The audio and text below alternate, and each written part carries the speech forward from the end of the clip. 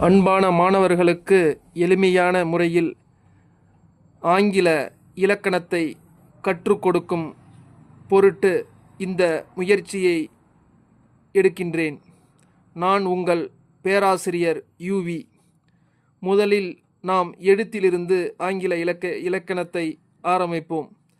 Letter என்று ஆங்கில இலக்கணத்திலே இருக்கின்றது. அதனை தான் நாம் அல்ஃபபெட்ஸ் என்றால் நமக்கு தெரியும். ஆங்கில மொழியில் மொத்தம் 26 எழுத்துக்கள் உள்ளன, அது நமக்கு தெரியும். அதை 2 வகையாக ஆங்கில எழுத்தில் பிரிக்கிறார்கள். கேபிட்டல் லெட்டர்ஸ் பெரிய எழுத்துக்கள், ஸ்மால் லெட்டர்ஸ் சிறிய எழுத்துக்கள். இந்த 26 எழுத்துக்களில் ஏ, இ, ஐ, ஓ, யு ஆகிய 5 எழுத்துக்களும் உயிர் எழுத்துக்கள், வவல்ஸ் என்று அழைக்கப்படுகின்றன. ஏனென்றால் இவைகளில் ஒவ்வொன்றுக்கும் ஒவ்வொரு தனி ஒலி உண்டு. மற்ற எழுத்துக்கள் B, C, D, F, G, H, J, K, L, M, N, P, Q, R, S, T, V, W, X, Y, Z மற்ற 21 மெய்யெழுத்துக்கள் அதை தான் கான்சனன்ட்ஸ் என்று அழைக்கப்படுகின்றன. ஏனெனில் இவற்றுக்கு தனி ஒலி இல்லை. அடுத்ததாக நாம் வார்த்தை வேர்ட் அதை பார்ப்போம். ஒன்று அல்லது ஒன்றுக்கு மேற்பட்ட எழுத்துக்கள் ஒன்று சேர்ந்து ஒரு முழுமையான பொருள் தருமாயின் அது வார்த்தை எனப்படும். இதை தான் நம் வேர்ட் என்று ஆங்கிலத்தில் சொல்கிறோம். இதுதான் இலக்கணத்திற்கு லெட்டர்ஸுக்கு அடுத்தபடி வேர்ட் முக்கியம் பெறுகிறது. இதில் ஐ என்றும் he, C, life, India, flower, country இதில் ஒரு எழுத்து ஒரு வார்த்தை, 2 வார்த்தை ஒரு பொருள், 3 எழுத்து 3 வார்த்தை, இப்படியெல்லாம் நமக்கு அந்த வார்த்தைகள் இருக்கின்றன. அந்த வார்த்தைகளை பார்க்கும் பொழுது அடுத்ததாக நம் இலக்கணத்தில் சென்டென்ஸை பார்க்க வேண்டும். அதான் வாக்கியம். வாக்கியத்தை நாம் பொதுவாக ஆங்கிலத்திலே எ குரூப் ஆஃப் வேர்ட்ஸ், அதாவது word which makes a complete sense is a sentence. அதாவது வாக்கியம் என்பது சொற்கள் தொடர்ந்து வந்து ஒரு கருத்தை முழுமையாக புரிய வைக்கும் ஒரு அமைப்பு ஆகும். அதை தான் நாம் சென்டென்ஸ் என்றும், வாக்கியத்தை நாம் ஆங்கிலத்தில் சென்டென்ஸ் என்று கூறுகிறோம். எ sentence begins with a capital letter.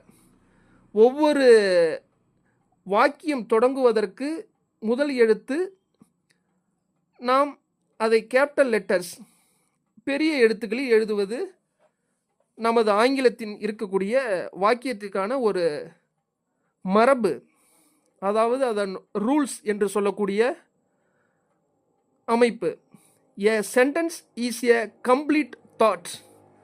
ஒரு வாக்கியம் என்பது நாம் முழுமையாக செய்யக்கூடிய அந்த வாக்கியமாக அமைய வேண்டும்.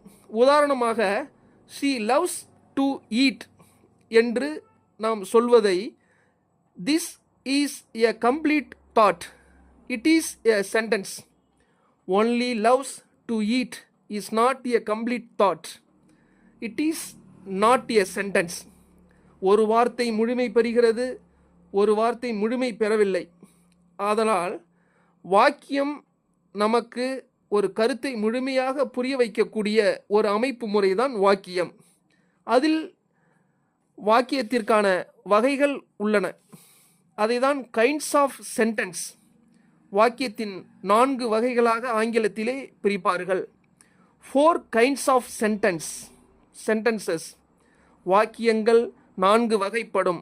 அதில் முதலாவதாக டிக்ளரேட்டிவ் சென்டென்ஸ் என்றும், இரண்டாவதாக இன்ட்ராகேட்டிவ் சென்டென்ஸ் என்றும், மூன்றாவதாக இம்பரேட்டிவ் சென்டென்சஸ் என்றும், நான்காவதாக எக்ஸலமேட்டரி சென்டென்சஸ் என்றும் நாம் அந்த வாக்கியத்தின் வகைகளை பார்க்கின்றோம். செய்தி வாக்கியம் டிக்ளரேட்டிவ் அல்லது அசர்டிவ் சென்டென்ஸ், அதுதான் ஸ்டேட்மெண்ட் என்று சொல்லக்கூடிய வகை. உதாரணமாக, தி கேங்கஸ் இஸ் எ ஹோலி ரிவர் என்று நாம் ஒரு உதாரணமாக எடுத்துக்கொண்டு, கங்கை ஒரு புனிதமான நதி என்று நாம் பார்க்கிறோம். Gandhiji is the father of our nation, Gandhiji நமது நாட்டின் தேசத்தை தந்தை ஆவார். இப்படி இருக்கக்கூடிய வாக்கியம் செய்தி வாக்கியம், ஒரு செய்தியை நமக்கு கொடுக்கக்கூடிய வாக்கியம். அடுத்ததாக வினா வாக்கியம். தமிழிலே இருக்கக்கூடிய வினாக்கள் வேறு, ஆங்கிலத்தில் இருக்கக்கூடிய வினாக்கள் கேட்கும் முறை என்பது வேறு. உதாரணமாக, இன்ட்ராகேட்டிவ் சென்டென்ஸ், அதை தான் நாம் வினா வாக்கியம் என்று சொல்கிறோம். உதாரணமாக, டூ யூ நோ சைக்கிளிங், உனக்கு சைக்கிள் ஓட்ட தெரியுமா? Do you know drive the car, உனக்கு கார் ஓட்ட தெரியுமா? வேர் ஆர் யூ கோயிங், நீ எங்கே சென்று கொண்டு இருக்கிறாய்? ஹவ் ஆர் யூ, நீ எப்படி இருக்கிறாய்? இப்படியெல்லாம் நாம் வாக்கியத்தை கேட்பதுண்டு. இதுதான் இன்ட்ராகேட்டிவ் சென்டென்ஸ் என்று ஆங்கிலத்திலே நாம் கூறுகிறோம். அடுத்ததாக மூன்றாவது, கட்டளை அல்லது விழைவு வாக்கியம் என்று சொல்லக்கூடிய இம்பரேட்டிவ் சென்டென்சஸ், அதாவது கமெண்ட்ஸ் அண்ட் ரிக்வெஸ்ட். ஒன்று ஆணையாக கேட்பது, இன்னொன்று தயவு கூர்ந்து நாம் பணிந்து கேட்கக்கூடிய வாக்கியம். அதை தான் நாம் கமெண்ட்ஸ் அண்ட் ரிக்வெஸ்ட் என்று கூறுவதுண்டு ஆங்கிலத்திலே. எக்ஸாம்பிள்ஸ், ஸ்டாப் தி கார் அப்படின்னா காரை நிறுத்து அப்படின்னு கமெண்ட் செய்வது. அடுத்ததாக நாம் ஒரு உதாரணம் பார்த்தால், கம் அப் குயிக்லி, சீக்கிரம் வா அப்படின்னு என்று சொல்லக்கூடியது. மூன்றாவதாக, கீப் குவைட், அமைதியாக இரு என்று கட்டளை மூலமாக தெரிவிக்கக்கூடிய வாக்கியம் தான் கட்டளை வாக்கியம். இதை தான் இம்பரேட்டிவ் சென்டென்சஸ் என்று கூறுவார்கள். அடுத்தது உணர்ச்சி வாக்கியம். இதை நாம் சொல்லும் பொழுது எக்ஸலமேட்டரி சென்டென்சஸ், ஸ்ட்ராங் ஃபீலிங்காக இருக்கக்கூடியது, ஆழமான ஒரு உணர்ச்சியை தெரிவிக்கக்கூடிய வாக்கியம். உதாரணமாக, what a beautiful flower this is, என்ன ஓர் அழகான இந்த மலர் என்று நமது உணர்ச்சியை தெரிவிக்கக்கூடிய ஒரு வாக்கியமாக உணர்ச்சி வாக்கியம் நமக்கு இருக்கிறது. எக்ஸாம்பிள்ஸ், ஹவு கோல்ட் இஸ் ஊட்டி, ஊட்டி எவ்வளவு குளிராக இருக்கிறது. வாட் எ பிட்டி, ஐயோ பாவம் என்று சொல்லக்கூடிய இந்த 4 வாக்கியங்களே ஆங்கில இலக்கணத்தில் வரும் முக்கியமான வாக்கியங்களாகும். இவ்வாறு ஆங்கில இலக்கியத்திலே இலக்கணங்கள் மிகவும் பயனுள்ளதாக நாம் பார்க்கக்கூடியது இலக்கணங்கள். இலக்கியத்தை வழிநடத்தக்கூடிய சொற்கள் இலக்கணங்கள் தான். டென்சஸ், அடுத்ததாக நாம் பார்க்கக்கூடியது டென்சஸ், காலங்கள் என்று நாம் பார்க்க இருக்கிறோம். அதாவது தி word tense is a form of the verb that shows the time of an action. அதாவது tense என்று பார்த்தால் டென்சஸை நாம் பார்க்கிறோம். அதிலே 3 வகைகளாக நாம் இந்த காலங்களை பிரிப்போம். இது பருவநிலை குறிக்கக்கூடிய காலங்கள் அல்ல, இது இலக்கணத்திலே குறிக்கக்கூடிய காலங்கள். அதனால் இதை நிகழ்காலத்தை நாம் தெரிவிக்கக்கூடிய ஒரு காலமாக ப்ரெசன்ட் டென்ஸ். இரண்டாவதாக பாஸ்ட் டென்ஸ். மூன்றாவதாக ஃபியூச்சர் டென்ஸ். நீங்கள் கேட்கலாம், என்ன சார் இது 3க்கும் உள்ள வித்தியாசம் தமிழில் சொல்லுங்கள் அப்படின்ட்டு. நிகழ்காலம், நடந்து கொண்டிருக்கும் காலம், அதாவது நம்ம இருக்கக்கூடிய ப்ரெசண்ட் லைஃப், அதான் ப்ரெசன்ட் டென்ஸு. அடுத்தது நீங்கள் என்ன சார் பாஸ்ட் டென்ஸ் சொல்லுங்கள் அப்படின்னு கேட்கலாம். பாஸ்ட் டென்ஸ் அப்படிங்கிறது இறந்த காலம் இல்லாட்டி நடந்து முடிந்த காலம், இப்படி நம்ம பார்க்கணும். நீங்கள் கேட்கலாம் ஃபியூச்சர் டென்ஸு, எதிர்காலம், நடக்க இருக்கக்கூடிய காலம், அதுதான் எதிர்காலம். இதை நம்ம 3 வகையாக பார்த்துருக்கோம். ப்ரெசன்ட் டென்ஸில் எப்படி இருக்கும், பாஸ்ட் டென்ஸில் எப்படி இருக்கும், அதேமாரி ஃபியூச்சர் டென்ஸில் எப்படி இருக்கும் இந்த காலங்கள். அதுக்கு ஒரு உதாரணத்தை நம்ம பார்ப்போம், சரியா? அதுக்கு ஐ ஆம், நான் இருக்கிறேன், இது ப்ரெசன்ட் டென்ஸில் இருக்கக்கூடியது, சரியா? அடுத்தது பாஸ்ட் டென்ஸில் இருக்கக்கூடிய காலங்கள், ஐ வாஸ், நான் இருந்தேன். இதையே நம்ம பார்க்கலாம் ஃபியூச்சர் டென்ஸில், ஐ வில் பி, நான் இருப்பேன். இதுதான் நம்ம அந்த 3 வகையாக பார்க்கக்கூடிய காலங்கள். அதே அவள்னு சொன்னால் எப்படி சொல்லலாம்? ஷீ சீஸ், அவள் பார்க்கிறாள். ஷீ சா, அவள் பார்த்தாள். ஷீ வில் சி, அவள் பார்ப்பாள். ஏன் சார் இங்கே சீஸ்ன்னு போடுறீங்க, இங்கே சா போடுறீங்க, இங்கே வில் சி போடுறீங்கன்னா அதுக்கு ஒரு காரணம் இருக்குது. நம்ம நிகழ்காலத்துக்கு பயன்படுத்தக்கூடிய சொல்லுன்னு ஒன்று இருக்குது, கடந்த காலத்துக்கு பயன்படுத்தக்கூடிய சொல்லு, அதுபோல் எதிர்காலத்துக்கு பயன்படுத்தக்கூடிய சொல்லு. சி, சா, சி, சீன் என்று சொல்லக்கூடிய வகையில் நம்ம என்ன செய்கிறோம், இந்த காலங்களை நம்ம பிரித்து பார்க்குறோம். அடுத்தது சரி பேர் வந்தால் என்ன சார் செய்கிறது அப்படின்னு கேட்பீங்க. ரவி இஸ் கோயிங், ரவி போய் கொண்டு இருக்கின்றான். ரவி வாஸ் கோயிங், ரவி போய் கொண்டு இருந்தான். Ravi will be going, Ravi போய் கொண்டு இருப்பான். இப்படி நம்ம பார்க்குறோம். நம்ம கண்டினியூவாக நடக்கக்கூடியது ஒரு செயலுக்கு நம்ம பார்த்தீங்கன்னா ஐஎன்ஜி ஃபார்ம் போடுவோம். அது எல்லாருக்கும் தெரியும். பேசிக் கிராமர் அப்படிங்கிறது எல்லாருக்கும் தெரியும். இதை பார்த்தீங்கன்னா கொஞ்சம் டெவலப் பண்ணுறவங்களுக்கு கூடிய பழகக்கூடியவங்களுக்கு இது நம்ம நடத்தக்கூடிய இந்த வகுப்பானது உங்களுக்கு பார்த்தீங்கன்னா போய் சேரணுங்கிறதுனால சில உதாரணத்தை நான் உங்களுக்கு சொல்கிறேன். சரியா? Present tense, past tense, future tense. See, saw, will, shall, see. இது பார்த்தீங்கன்னா ஃபியூச்சர் டென்ஸில் வரும். வில் ஃபார்மும் ஷல் ஃபார்மும் ஃபியூச்சர் டென்ஸில் வரும். இதில் நிறைய பார்த்தீங்கன்னா வார்த்தைகள் இருக்குது. ஸ்பீக் இருக்குது, அதோட பார்த்தீங்கன்னா பாஸ்ட் டென்ஸ் ஸ்போக்கு, வில் ஸ்பீக்கு எதிர்காலத்தில் பேசக்கூடியது. சரியா? பை, பாட், ஷல் பை எதிர்காலத்தில் வாங்க அப்படின்னு அர்த்தம். சரியா? Hope, hoped, will hope. இது போல் நிறைய வார்த்தைகள் இருக்குது. சரியா? அதை தான் டென்சஸ் இருக்கக்கூடிய ஃபார்ம். இதில் பார்த்தீங்கன்னா ஸ்ட்ராங் டென்ஸ் ஃபார்ம்னு இருக்குது, அதுபோல் வீக் டென்ஸ் ஃபார்ம்னு இருக்குது. சரியா? இதில் ஸ்ட்ராங் டென்ஸ்னால் எப்படி சார் இருக்குன்னு நீங்கள் கேட்கலாம். சரியா? அங்கே பார்த்தீங்கன்னா ஈஸ், வாஸ், பீன் இதெல்லாம் பார்த்தீங்கன்னா என்ன சொல்கிறாங்க, இதில் இருக்கக்கூடிய ஸ்ட்ராங் டென்ஸ். அதேமாரி பார்த்தீங்கன்னா என்ன செய்கிறோம், அதில் இருக்கக்கூடியது பாருங்கள். Are, were, been, have, had, had, has, had, had, cut, cut, cut. இது பார்த்தீங்கன்னா ஸ்ட்ராங் டென்ஸு. மூணுமே ஒரே மாதிரியாக வரும். Cut, cut, cut. சரியா? Put, put, put, shut, shut, shut. இது பார்த்தீங்கன்னா ஸ்ட்ராங்கு. அதுலேயே எப்படி மாறுதுன்னு பாருங்கள். அந்த வார்த்தை மாறக்கூடிய டென்ஸ் பார்த்துருவோம். See, saw, seen. Shall, should, should. Will, would, would. Can, could, could. May, might, might. Come, came, come. Find, found, found. Run, ran, run. இப்படி மாறக்கூடிய வார்த்தைகள் நிறைய இருக்குப்பா. சரியா? அடுத்து வீக் வெர்ப்னா எப்படி இருக்கும்? இப்போ பார்த்தீங்கன்னா ஒரே மாதிரியான ஃபார்மில் இருக்காது. Live, lived, lived. சரியா? Welcome, welcomed, welcomed. இப்படி இருக்கும். Ask, asked, asked. சரியா? Cool, cooled, cooled. இப்படி இருக்கும். இதேமாரி வார்த்தைகள் இருக்கக்கூடியது weak tenses form, weak tense form அப்படிங்கிறத நம்ம பார்க்குறோம். சரியா? அடுத்தது இந்த 3 காலத்தை வச்சு எப்படி 12 காலங்களை பிரிக்கலாம் அப்படிங்கிறத பார்ப்போம். அது நான் 1 by 1 சொல்கிறேன். ஃபஸ்ட்டு நம்ம பார்க்கக்கூடியது சிம்பிள் ப்ரெசன்ட் டென்ஸு. அதில் நம்ம பார்க்கக்கூடிய உதாரணம் ஐ ஈட் அன் ஆப்பிள். சரியா?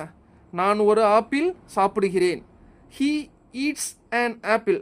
அவன் ஒரு apple சாப்பிடுகிறான்.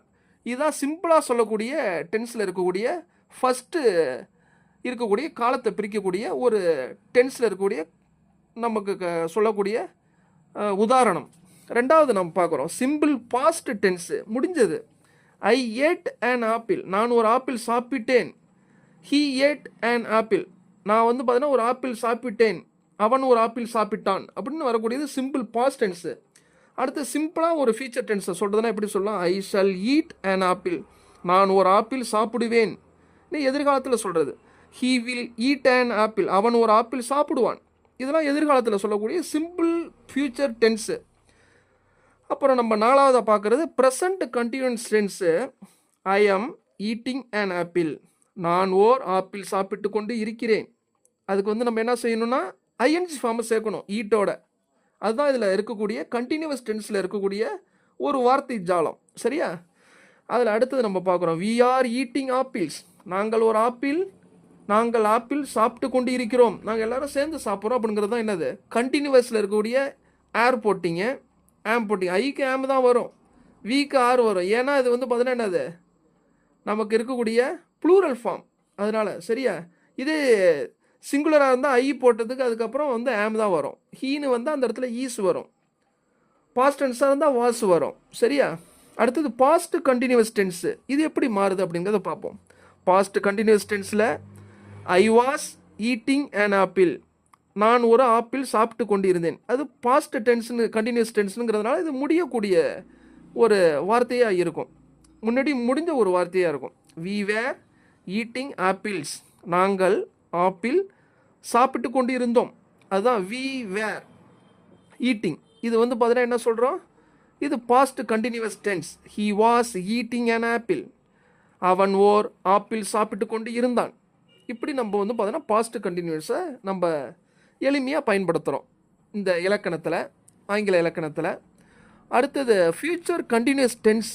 I shall be eating an apple. நான் ஓர் ஆப்பிள் சாப்பிட்டு கொண்டு இருப்பேன் என்று சொல்லக்கூடிய ஒரு உதாரணம். He will be eating an apple. அவன் ஓர் ஆப்பிள் சாப்பிட்டு கொண்டு இருப்பான் என்று நீங்கள் எதிர்காலத்தில் சொல்கிறது, நடந்து கொண்டு இருக்கக்கூடிய செயலை சொல்கிறது. அடுத்து ஏழாவது நம்ம பார்க்குறது present perfect tense. I have eaten an apple. நான் ஒரு ஆப்பிளை சாப்பிட்டு இருக்கிறேன். நீங்கள் எப்பயாச்சும் ஒரு பொருளை பார்த்துருப்பீங்க, அப்படி நீங்கள் சொல்லக்குள்ள நீங்கள் என்ன சொல்லணும், I have eaten, I have and seen a picture அப்படின்னு என்று நீங்கள் அந்த வார்த்தையை பயன்படுத்தலாம். அதுக்கு நம்ம பயன்படுத்தக்கூடிய ஒரு அமைப்பு தான் present perfect tense. He has eaten an apple. அவன் ஓர் ஆப்பிளை சாப்பிட்டு இருக்கிறான். சரியா? இப்படி நம்ம அந்த வார்த்தையை பயன்படுத்துறது. முன்னாடியிலேருந்து நம்ம பார்க்குறோம் சிம்பிள் ப்ரெசன்ட் டென்ஸில் எப்படி இருந்தது, சிம்பிள் பாஸ்ட்டில் எப்படி அந்த காலங்கள் மாறுது, சிம்பிள் ஃபியூச்சர் டென்ஸில் எப்படி அந்த காலங்கள் மாறுது, ப்ரெசண்ட் கண்டினியூஸ் டென்ஸில் அந்த காலம் எப்படி மாறுது, பாஸ்ட் கண்டினியூஸ் டென்ஸில் அந்த காலம் எப்படி மாறுது, ஃபியூச்சர் கண்டினியூஸ் டென்ஸில் எப்படி அந்த காலம் மாறுது. இப்போ ப்ரெசண்ட் பர்ஃபெக்ட் டென்ஸ் அதில் நம்ம பார்த்துட்டு இருந்தோமா. இப்போ அடுத்தது past perfect tense. I had eaten an apple. நான் ஒரு ஆப்பிளை சாப்பிட்டு இருந்தேன். முன்னாடி சாப்பிட்ருந்தேன். He had eaten an apple. அவன் ஓர் ஆப்பிள் சாப்பிட்டு இருந்தான். அப்படி என்று நம்ம சொல்லக்கூடிய அந்த இலக்கண முறை பாஸ்ட் பர்ஃபெக்ட் டென்ஸ். அடுத்ததான் நம்ம ஃபியூச்சருக்கு போயிடுவோம். ஃபியூச்சர் பர்ஃபெக்ட் டென்ஸ், அதுதான் 9வது காலத்தை குறிக்கக்கூடிய ஒரு முறை. Future perfect tense. I shall have eaten an apple. நான் ஓர் ஆப்பிள் சாப்பிட்டு இருப்பேன். அடுத்ததாக நாம் சொல்லக்கூடியது he will have eaten an apple. அவன் ஓர் ஆப்பிள் சாப்பிட்டு இருப்பான் என்று சொல்லக்கூடிய ஃபியூச்சர் பர்ஃபெக்ட் டென்ஸ். அதாவது நம்ம கண்டிப்பாக அவன் வந்து பார்த்தீங்கன்னா சாப்பிட்டு இருப்பான் அப்படின்னு சொல்லக்கூடிய கன்ஃபார்ம் பண்ணுறது ஃபியூச்சர். சரி, சாப்பிடுவான், எப்படியா இருந்தாலும் அதை வாங்குவான் அப்படின்னு சொல்லக்கூடியது. அடுத்தது 10 நம்ம பார்த்தோம்னா ப்ரெசண்ட் பர்ஃபெக்ட் கண்டினியூஸ் டென்ஸ்.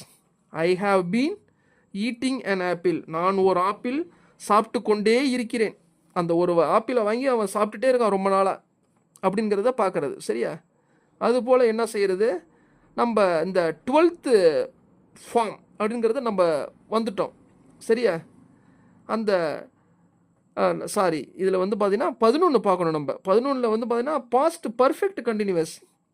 ஒரு இதை வந்து பார்த்தீங்கன்னா சாப்பிட்டு கொண்டே இருந்தேங்கிறது முன்னாடி உள்ளதை நீங்கள் அப்புறம் சொல்கிறது. பாஸ்ட் பர்ஃபெக்ட் கண்டினியூஸ் டென்ஸ்னு ஒன்று இருக்குது. சரியா? குழப்பமடைய வேணாம். நீங்கள் வந்து ஐ ஹேடு பீன் போடுறதும் சரியா, ஐ had been eating an apple அப்படின்னு போட்டிங்கன்னா ஹேடு வந்ததுனால இது என்னது பாஸ்ட் கண்டினியூஸ் டென்ஸ் அப்படிங்கிறத பார்க்குறோம்.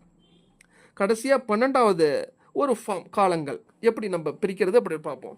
ஃபியூச்சர் பர்ஃபெக்ட் கண்டினியூஸ் டென்ஸ், அதுதான் 12வது இருக்கக்கூடிய நம்ம காலத்தை பிரிக்கக்கூடிய அந்த 3 காலத்தை பிரித்தோம்ல. First simple present tense, present, past, ஃபியூச்சர்னு அதை நம்ம 1 by 1 பிரிக்கக்குள்ள 12 காலமாக பிரியுது. சரியா?